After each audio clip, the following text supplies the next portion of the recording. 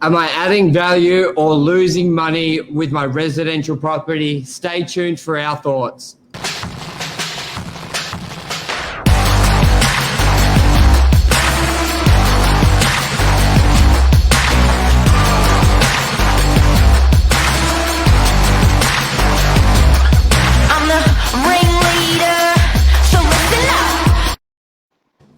Good morning, everyone. Welcome to Morning Minutes, episode 363.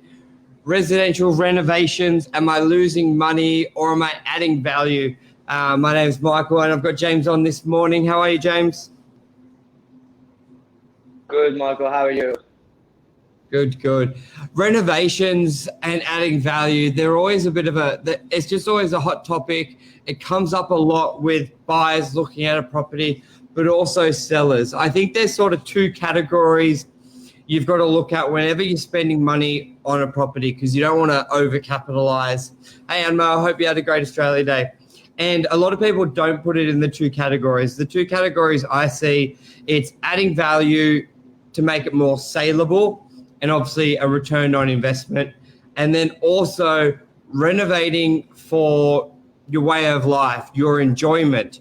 A lot of the time, people want to do both and have the return on investment outcome, but it doesn't always happen like that. I know what you even said to me earlier, James, just off air, where you're like, should it be times 3 what you put in? Like you spend 20 grand, you should be able to sell it for 60 grand more. And especially in our area, we don't really see that, and we can run through that a bit. But what's sort of your view on adding value for sale, James, compared to like what would someone look to do compared to maybe a lifestyle renovation? Yeah, I think there's a balance between how much work actually needs to be done. And I think a lot of it comes from the owner's perception, what's in the owner's head. If I do put this money into it, I have to make that return back and then some. But from the eyes of the buyer, quite often I think they're looking at it thinking, oh, this is nice, but I would change this, I'd change this, I'd put my own touch on it. And that's how I'll really enjoy this property. And generally speaking, I think if someone does full-blown renovations, they're doing it for themselves. They're not doing it for the buyer's eye. They don't know what the buyer's taste is going to be like. So there's a fine line to cross on doing the work because you feel like it's adding that extra saleable value, but actually, is it being detrimental? Is it making the property less desirable for the potential purchasers? So it's a really difficult one to cross. And you think you just have to go a little bit easier than maybe the full-blown works, as you were saying, Michael. So maybe there are certain jobs that will definitely make it more appealing, but is it actually detrimental?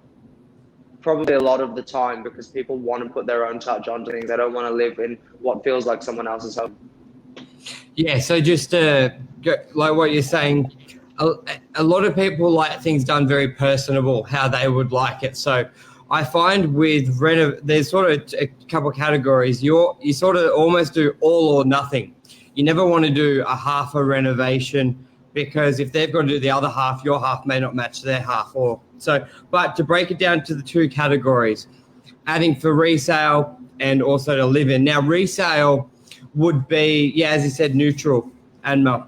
So the best sort of stuff would be paint, carpet, landscaping.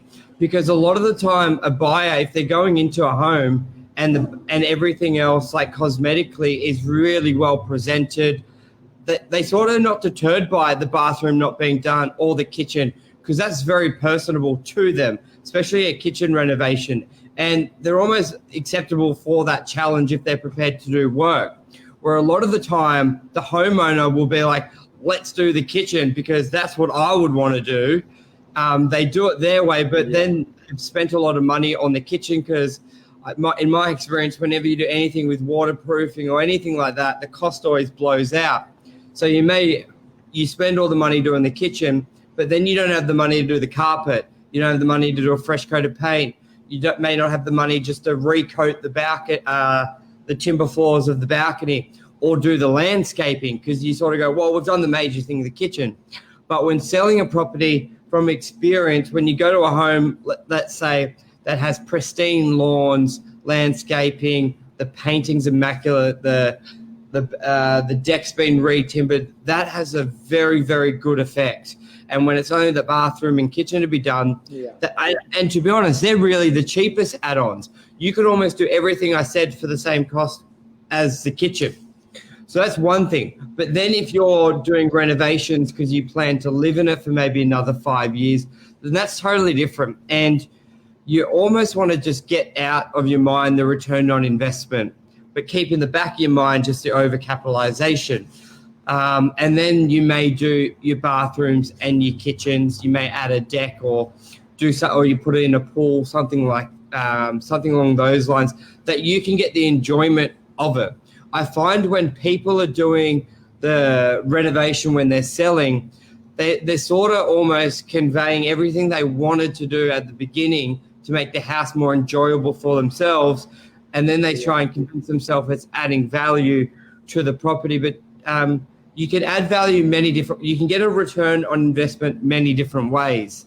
You can get it in dollar form as dollar form, but you can also get it in saleability, which a lot of people don't understand, which is fine because they're not agents. They don't understand by maybe doing the cosmetic stuff instead of having 3 buyers keen on it, you have 6 or 7. And James, you can testify, when you've got 6 or 7 buyers who really like the property, they're going to get the return on investment in the money with the negotiation, but they think of the big ticket stuff as well, which changes it up. And James, go through some of the numbers. We just spoke about it before, where it doesn't always add up from an unrenovated home, which you sold in Beacon Hill, to a renovated. Do you want to go through that a bit?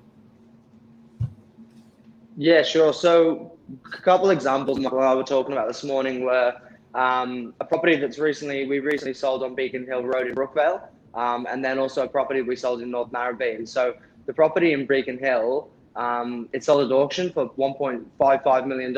It was a Federation-styled home. It was on a big flat block of land, 844 square meters or so. But the house was in its complete original condition, didn't have a kitchen in it, so about 100 years old, basically. So we were having 30, 40 different groups through every single open 3 times a week through this property, because there's so much potential from so many different perspectives. And I think, it is on a lower end. It's not a luxury property at that point, so the price guide wasn't incredibly high, but it incentivizes people to come in, and they enables them to imagine what they could make of the space and how they could benefit from this in the long run. With the other property of North Narrabeen, it was a single level property that had been fully renovated. It also added a granny flat into it, the vendor, or built a granny flat. So he spent probably 400 to 500K on renovating and adding the granny flat.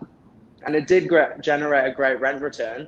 It did sell for around the $2 million mark, but there actually wasn't very much value that he gained on top from doing all of that work. Yes, the sale price increased, but once he added everything together, it wasn't too much profit margin in there anyway. So it's a lot of effort to go through, especially if you're going through council, getting a DA so you can put a grant in, to actually not make really much capital gain on top of that. So there's different perspectives, and as an owner, it's probably quite difficult to see through the eyes of a buyer. You're seeing it through your own eyes, your own lens, where this works for you for short term or long term.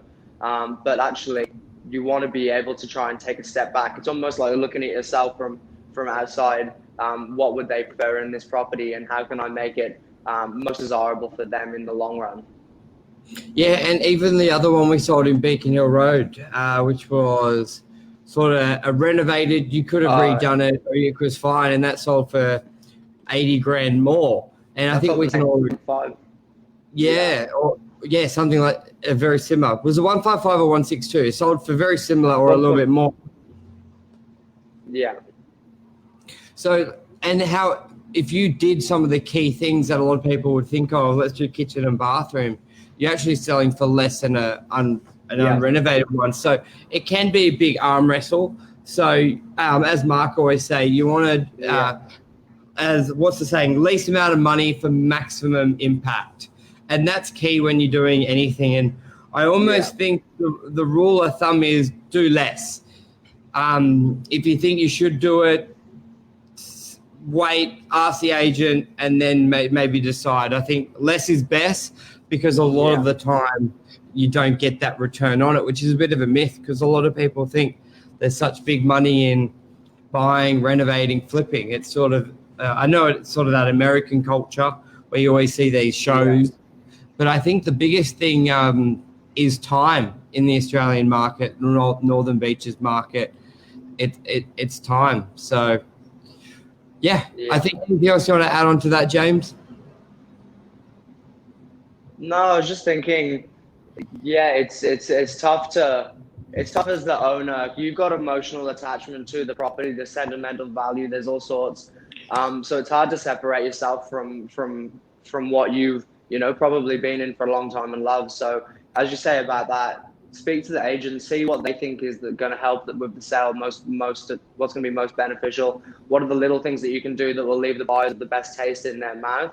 So as you were saying, with things like landscaping, gardening, things that they're going to be left remembering. The kitchen and the bathroom, something you want to be really personal with that, take your own touch. So doing that work, I tend to agree. I don't think it really does make it more important for the buyer, unless you're looking for that one particular unicorn that loves the property, that wants everything totally done for them with no work to be done. But you're really winding down the pool of buyers in that sort of pot as well. So there's definitely a few different perspectives to take on it. So speak to agents, see what they say, see what's going to hopefully incentivize or get as many buyers through the door as possible, make the photos look nice, all these little things, rather than committing to massive work in the property.